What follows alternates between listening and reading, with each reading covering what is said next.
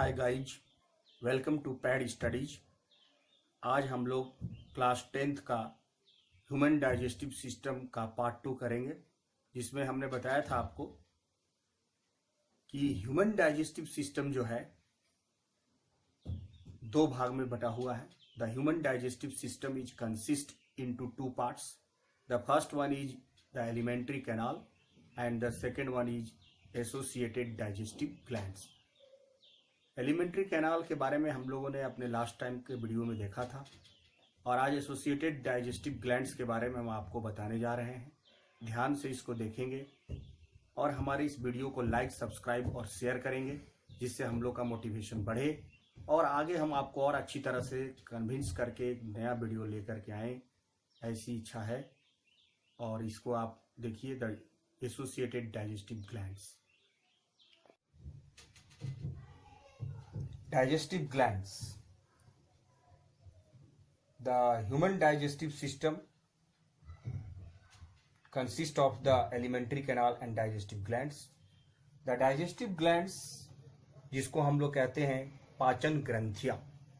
तो आपको यहाँ पर ये नोटिस करना है कि हमारा पाचन तंत्र जो है, मनुष्य का जो पाचन तंत्र है, द ह्यूमन डाइजेस्टिव सिस्टम, इसमें डाइजेस्टिव ग्लैंड्स जो पाचन ग्रंथियां हैं, उनसे जो है डाइजेस्टिव जूसेस निकलता है, जिसको हम लोग पाचक रस कहते हैं। ये जो डाइजेस्टिव जूस है, ये डाइजेस्टिव जूस जो है हमारा भोजन को पचाता है, which contains the several digestive enzymes. उस एंजाइम्स की मदद से हमारा फूड जो है उसका डाइजेशन होता है। तो digestive glands, associated digestive glands are those glands which secrete digestive juices, जिससे हम, जैसा हमने पहले बताया कि ये डाइजेस्टिव जूसेस रिलीज करता है। These are called exocrine gland. हमारे बॉडी में दो तरह का ग्लैंड होता है। एक्सोक्राइन ग्लैंड जो सीधे डक्ट के जरिए कोई भी जूस या कोई भी सिक्रीशन को अपना निकालता है, और एक इंडोक्राइन ग्लैंड होता है, जिसके बारे में हम लोग जो है सेकेंड चैप्टर में पढ़ेंगे क्लास 10th में, कंट्रोल एंड कोऑर्डिनेशन में। वो एंजाइम, वो जो डाइजेस्टिव जूसेस जो यहाँ पर डाइजेस्टिव ग्लैंड्स निकालेगा, they help in the digestion of food. तो जो एंडोक्राइन ग्लैंड है, वो ग्लैंड का कोई डक्ट नहीं होता, they are also called ductless gland. और वो जो है अपना secretion directly, they secrete their secretion directly into the blood stream. वो ब्लड में अपना सीधे सीधे सिक्रीशन छोड़ देता है, और उसको कोई ग्रंथि जो है वहां से कोई ट्यूब नहीं निकलता है, जिसके जरिए वो अपना रस को या अपना कोई द्रव को या अपना कोई सिक्रीशन को ले करके कैरी करके आए। वो ब्लड में छोड़ता है और ब्लड के जरिए वो पूरे बॉडी में ट्रेवल करता है, और जहां उसको टारगेट होता है उसको जाके वो हिट करता है। तो वो इंडोक्राइन ग्लैंड का रोल है। यहाँ पर जो हमारा एक्सोक्राइन ग्लैंड है वो डाइजेस्टिव ग्लैंड है। एसोसिएटेड डाइजेस्टिव ग्लैंड्स में they help in the digestion of food and they are of the following 5 types. Human digestive system में 5 प्रकार का डाइजेस्टिव ग्लैंड्स है, जिसमें पहला डाइजेस्टिव ग्लैंड जो है वो है सैलिवरी ग्लैंड, जो कि माउथ में पाया जाता है। दूसरा जो है वो है गैस्ट्रिक ग्लैंड, जो कि स्टमक में पाया जाता है। तीसरा है लीवर, जो हमारे बॉडी का लार्जेस्ट ग्लैंड है। चौथा जो है वो है पैनक्रियाज, और पांचवा जो है वो है इंटेस्टिनल ग्लैंड्स। एक एक करके हम लोग यहां पर देखेंगे। पहला जो ग्लैंड है वो है हमारा सैलिवरी ग्लैंड्स, जो कि माउथ में पाया जाता है। There are 3 pairs of salivary glands present in the mouth. 3 जोड़ा सैलिवरी ग्लैंड्स जो है हमारे बॉडी में होता है। And they look like clusters of grapes. ये एक अंगूर के गुच्छे की तरह होता है, जैसे इधर और यहां पर। ये 3 रीजन में जो है सैलिवरी ग्लैंड्स होता है। 3 पेयर्स ऑफ सैलिवरी ग्लैंड्स, और ये तीनों मिलकर के, पेयर ऑफ सैलिवरी ग्लैंड्स एक डक्ट के जरिए अपना सिक्रीशन निकालता है, रिलीज करता है, जिसको हम लोग स्लाइवा कहते हैं। आप सोचते होंगे सैलिवरी ग्लैंड्स क्या है? कुछ नहीं है, ये लार ग्रंथि है। और स्लाइवा क्या है? लार, जो हमारे मुंह में रहता है। तो salivary glands look like cluster of grapes, जैसा हमने बताया। The saliva from salivary glands is transported through the ducts into the mouth. Mouth में ये स्लाइवा जो है वो लार जो है, लार ग्रंथि के द्वारा सिक्रेट होके उन सभी से और हमारे बॉडी में आता है। यहाँ पर एक चीज और नोटिस करेंगे कि सलाइवा जो है हमारे मुंह के अंदर एवरी टाइम रहता है, जिसके कारण मुंह जो है हमारा चिपचिपा रहता है। हर समय सलाइवा सिक्रेट होता है, लेकिन वो कम मात्रा में होता है। जब फूड हमारे माउथ में आता है तो उस समय सलाइवा का मात्रा जो है वो बढ़ जाता है। और कभी कभी हम लोग साल्वेशन होते हुए देखते हैं कि अच्छा खाना का बारे में हम लोग सोचते हैं, या उसका कभी सेंट आता है, स्वाद के बारे में हम लोग जिक्र करते हैं, तो उसके पहले ही हमको मुंह में पानी आ जाता है, लार आ जाता है, जिसको हम लोग सलाइवेशन कहते हैं, साल्वेशन कहते हैं। तो वो सलाइवा जो है, इस सलाइवा में अबाउट 99.5% जो है वाटर होता है। और saliva contains two important enzymes, amylase and lysozyme. That is, salivary amylase and lysozyme are the two important enzymes present in the saliva.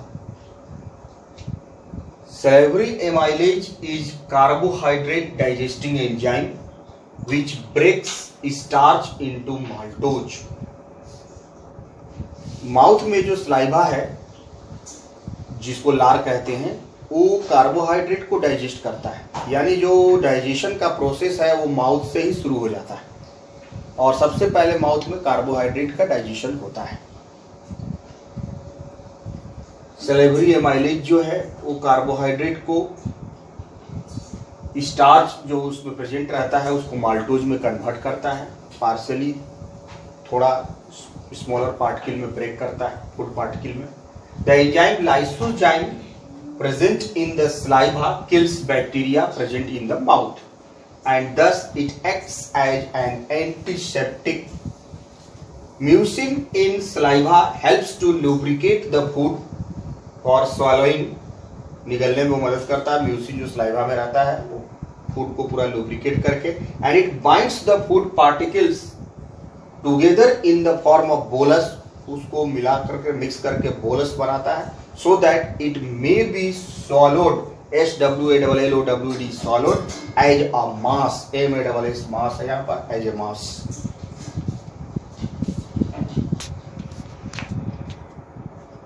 The second associated digestive glands are the gastric glands. The glands that are present in the stomach are known as gastric glands. Stomach में जो glands होता है उसको gastric glands कहते हैं। The wall of the stomach are muscular and which contains various gastric glands. ये आपको पहले बताया गया है। The gastric glands release HCl, mucus and protein digesting enzyme called pepsin. यानी जो गैस्ट्रिक ग्लैंड्स जो गैस्ट्रिक जूस रिलीज करता है उसमें hydrochloric acid, strong hydrochloric acid, mucus and protein digesting enzymes होता है। ये तीन चीज उसमें होता है, जिसको पेप्सिन कहते हैं। Protein digesting enzyme called pepsin. The role of HCl in the stomach, इनका तीनों का अलग अलग रोल है, उसको एक करके हम लोग देखते हैं। सबसे पहले जो HCl है, जो हाइड्रोक्लोरिक एसिड है, उसका दो काम है। पहला, HCl creates an acidic medium which facilitates the action of the enzyme pepsin. मतलब ये कह रहा है कि HCl जो है, जैसे माउथ से फूड स्टमक में आता है तो उसको एसिडिक मीडियम में कन्वर्ट कर देता है, so that the enzyme pepsin can act on that food and the digestion of protein takes place. अगर वो एसिडिक मीडियम में नहीं होगा तो पेप्सिन काम नहीं करेगा, क्योंकि पेप्सिन जो है वो इनएक्टिव फॉर्म में पेप्सिनोजन के रूप में रहता है। जैसे मीडियम एसिडिक होता है, पेप्सिनोजन से पेप्सिन में कन्वर्ट हो जाता है और एक्टिव फॉर्म में, और वो प्रोटीन को डाइजेस्ट करता है। प्रोटीन का डाइजेशन स्टमक में होता है, वहीं से स्टार्ट हो जाता है।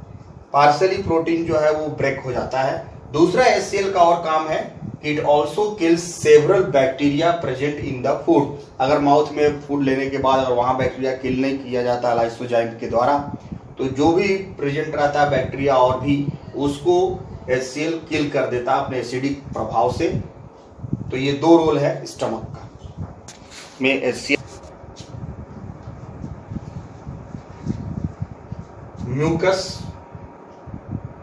The mucus protects the inner lining of the stomach from the action of the acid under normal conditions.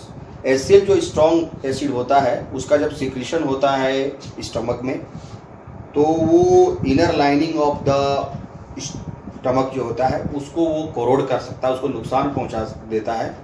इससे बचने के लिए म्यूकस एक बेसिक सब्सटेंस होता है, वो भी रिलीज होता है गैस्ट्रिक जूस में, जो प्रोटेक्ट करता है inner lining of the stomach from the action of the acid.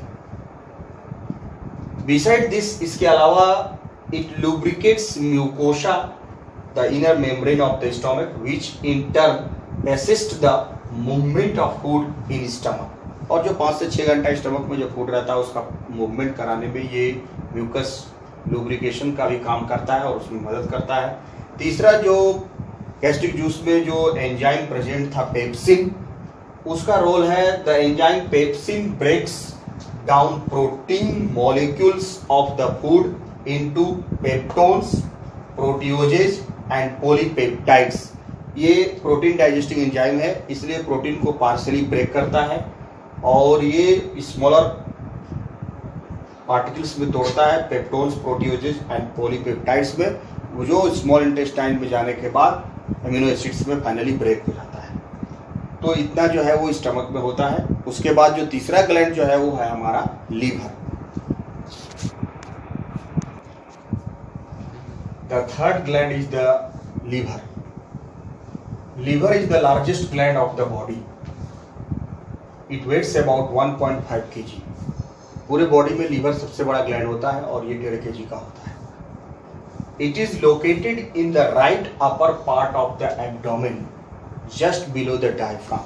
Right side में जो होता है हमारा एब्डोमेन के ठीक नीचे, डायफ्राम, एब्डोमिनल रीजन में डायफ्राम के नीचे होता है ये लीवर। और लेफ्ट साइड में हमारा स्टमक है, उसका अपोजिट में लीवर। आप जैसा कि डायग्राम में, ह्यूमन डाइजेस्टिव सिस्टम का डायग्राम में आप देख पा रहे हैं, लीवर जो होता है वो 2 लोब में डिवाइड होता है, एक राइट लोब और एक लेफ्ट लोब।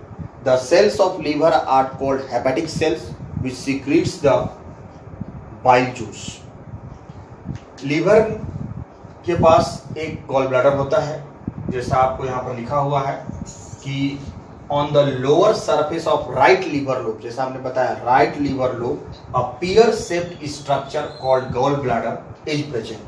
गॉल ब्लैडर जो होता है वो नाशपाती के आकार का एक स्ट्रक्चर होता है जो प्रेजेंट रहता है लीवर में। लीवर का काम है बाइल का सीक्रेट करना, बाइल जूस, जिसमें कोई एंजाइम नहीं होता है, but it helps in the emulsification of fat. Fat का डाइजेशन में वो मदद करता है। लीवर में फैट का डाइजेशन होता है। अभी तक आपको बताया हमने, माउथ में कार्बोहाइड्रेट का डाइजेशन शुरू हो जाता है, वहीं शुरू होता है। स्टमक में प्रोटीन का डाइजेशन होता है पेप्सिन एंजाइम की मदद से। और जो तीसरा ग्लैंड जो लीवर है, इसमें डाइजेस्टिव जूस में जो बाइल होता है, बाइल के जरिए उसका डाइजेशन होता है। वहाँ कोई एंजाइम नहीं है। बाइल जो है वो लार्ज फैट मॉलिक्यूल्स को, फैट ग्लोब्यूल्स को, फैट मॉलिक्यूल्स को स्मॉलर फैट ग्लोब्यूल्स मॉलिक्यूल में तोड़ता है, वही इमल्सिफिकेशन है। बाइल जब सीक्रेट होता है लीवर से, but it temporally stores in the gall bladder. वो गॉल ब्लैडर में स्टोर्स रहता है टेम्पोरली, क्योंकि जब लीवर से निकलता है तो वो हेपेटिक डक्ट के जरिए गॉल ब्लैडर में पहुंचता है। वहाँ से गॉल ब्लैडर से जब बाइल निकलता है तो वो डिओडिनम में, यानी स्मॉल इंटेस्टाइन का जो फर्स्ट पार्ट है उसमें बाइल डक्ट के जरिए कैरी होता है। फिर पैनक्रेटिक जूस जो है वो पैनक्रेटिक डक्ट के जरिए डिओडिनम में आता है, और बाइल जूस और पैनक्रेटिक जूस यानी कि लीवर का और पैनक्रियाज का दोनों जो है वो डिओडिनम में जाकर के खुलता है, जिसको कॉमन हेपेटो पैनक्रियाटिक डक्ट बोलते हैं, और उसके माध्यम से ये दोनों जूस जो है वो डिओडिनम में आ जाता है।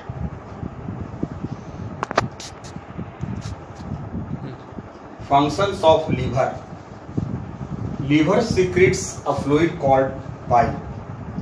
It plays a prominent role in the metabolism of carbohydrates, proteins and fats. Liver का बहुत इंपॉर्टेंट फंक्शन है हमारे बॉडी में।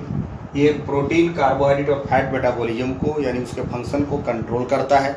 इसलिए लीवर एक बहुत ही महत्वपूर्ण ग्लैंड है बॉडी में। तीसरा इसका काम है कि it acts as a store house for substances like glucose, as glycogen, lipids, vitamins and iron. बहुत सारे सब्सटेंस को लीवर स्टोर करके भी रखता है। जैसे हम लोग जानते हैं कि प्लांट में जब एक्स्ट्रा फूड रहता है वो स्टार्च के रूप में स्टोर रहता है, एनिमल में जो एक्स्ट्रा फूड होता है वो ग्लाइकोजन के रूप में स्टोर रहता है।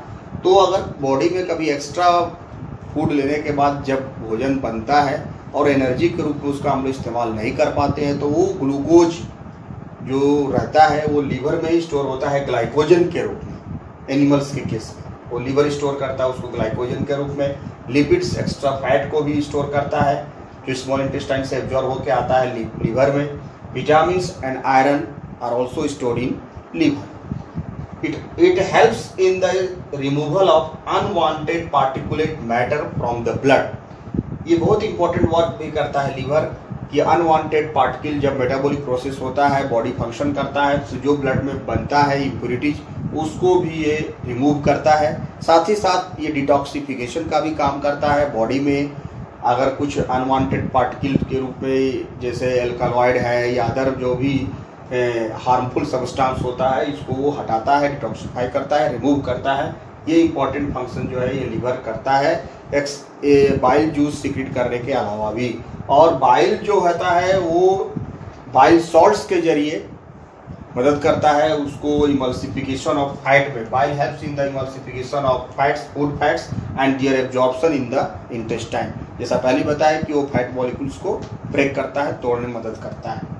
बाइल में जो बाइल सॉल्ट्स होते हैं उसमें बाइलिरुबिन और बाइलिवर्डिन दो पिगमेंट्स होते हैं। येलोइंग कलर का ये पिगमेंट्स होता है जो हेल्प करता है बाइल सॉल्ट्स को इमल्सिफिकेशन में। जब इसका मात्रा जो है बढ़ जाता है तो लीवर मैल फंक्शनिंग करता है और हमको जॉन्डिस के रूप में पीला यूरिन के रूप में ये रिलीज होता है बाइलिरुबिन और बाइलिवर्डिन का मात्रा बढ़ने से।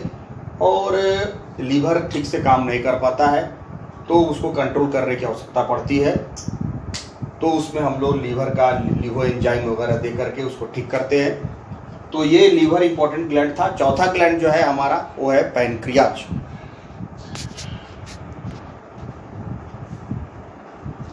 Pancreas, the fourth gland is pancreas, digestive gland pancreas. It is partly exocrine and partly endocrine gland. कहने का मतलब कि हमारे बॉडी में जो पैनक्रियाज ये एक ऐसा ग्लैंड है जो डाइजेस्टिव जूस भी सीक्रेट करता है और हार्मोन्स भी सीक्रेट करता है, यानी ये एंजाइम्स भी रिलीज करता है और हार्मोन्स भी रिलीज करता है। इसलिए इसको हम लोग हेटेरोक्राइन ग्लैंड भी कहते हैं या मेक्सोक्राइन ग्लैंड भी कहते हैं। मतलब ये इसमें दोनों तरह का बिहेवियर होता है। ग्लैंड जो है हमारे बॉडी में दो है, एक एक्सोक्राइन और एक इंडोक्राइन। एक्सोक्राइन ग्लैंड जो अपना सिक्रीशन जो है वो सीधे ब्लड में नहीं डालता है, वो एक ट्यूब के जरिए, एक डक्ट के जरिए अपना सिक्रीशन को, अपना जूस को, अपना रिलीज को, अपना द्रव को छोड़ता है। जबकि इंडोक्राइन ग्लैंड जो है उसमें कोई भी किसी तरह का डक्ट नहीं होता है, किसी तरह का कोई ट्यूब नहीं होता है, वो अपना डायरेक्ट सिक्रीशन जो है वो ब्लड में डालता है। They pour their secretion directly into the blood, इसलिए उसको डक्टलेस ग्लैंड या इंडोक्राइन ग्लैंड कहते हैं। और वो हार्मोन रिलीज करता है। एक्सोक्राइन ग्लैंड जो है वो एंजाइम रिलीज करता है, डाइजेस्टिव एंजाइम्स जो फूड को डाइजेस्ट करता है। पैनक्रियाज जो है वो एक्सोक्राइन पार्ट जो होता है उसका सेल्स ऑफ एकिनी जो होता है वो पैनक्रियाज का पैनक्रेटिक जूस रिलीज करता है। The exocrine pancreas secrets pancreatic juice which contains 3 enzymes, digestive enzymes, pancreatic amylase, lipase and trypsin। The amylase is a carbohydrate digesting enzymes जो स्टमक में कार्बोहाइड्रेट डाइजेस्ट होता है। चूंकि कॉम्प्लेक्स फूड पार्टिकल है तो उसको फिर ब्रेक करता है into maltose and again into finally into glucose. वहाँ पर 2-3 एंजाइम्स है, उसको मिल करके वो एंजाइमेटिक एक्शन होता है और ग्लूकोज में तोड़ता है। जो लाइपेज है वो ब्रेक करता है इमल्सिफाइड फैट्स को, इसीलिए इमल्सिफिकेशन होता है जो लीवर के जरिए जो बाइल जूस है उस पर। और उसके बाद चूंकि फैट बहुत हार्ड ऑयली सब्सटेंस होता है तो उसको वो पहले ब्रेक करता है, उसके बाद फिर उस इमल्सिफाइड फैट को लाइपेज अगेन ब्रेक करता है उसको फैटी एसिड और ग्लिसरॉल में। और जो ट्रिप्सिन है वो प्रोटीन डाइजेस्टिंग एंजाइम्स होता है जो स्टमक का पेप्सिन को पर एक्शन करके उसको ब्रेक करता है, प्रोटीओजेज और पेप्टाइड्स को फिर पॉलीपेप्टाइड्स में तोड़ता है और अगेन उस पैनक्रेटिक जूस में जो ये पॉलीपेप्टाइड्स में जो प्रोटीन को ब्रेक करता है, तो उसका फिर आगे जाकर के फाइनल स्मॉल इंटेस्टाइन में डाइजेशन होगा। The last gland is the intestinal glands. The walls of the small intestine contains various intestinal glands which secretes intestinal juice. The intestinal juice along with the pancreatic juice mixes in the small intestine, and the complete digestion of the food takes place in the small intestines. The large protein molecules are finally breaks into a small soluble substance, amino acids. The protein breaks into amino acids and carbohydrates into glucose and fats into fatty acids and glycerol में ये convert हो जाता है, और final digestion जो है वो small intestine में कंप्लीट हो जाता है with the help of the intestinal glands. Thank you for watching this video. Like, subscribe and share करना ना भूलें। हमारे चैनल को आप इसी तरह से सब्सक्राइब करते हैं।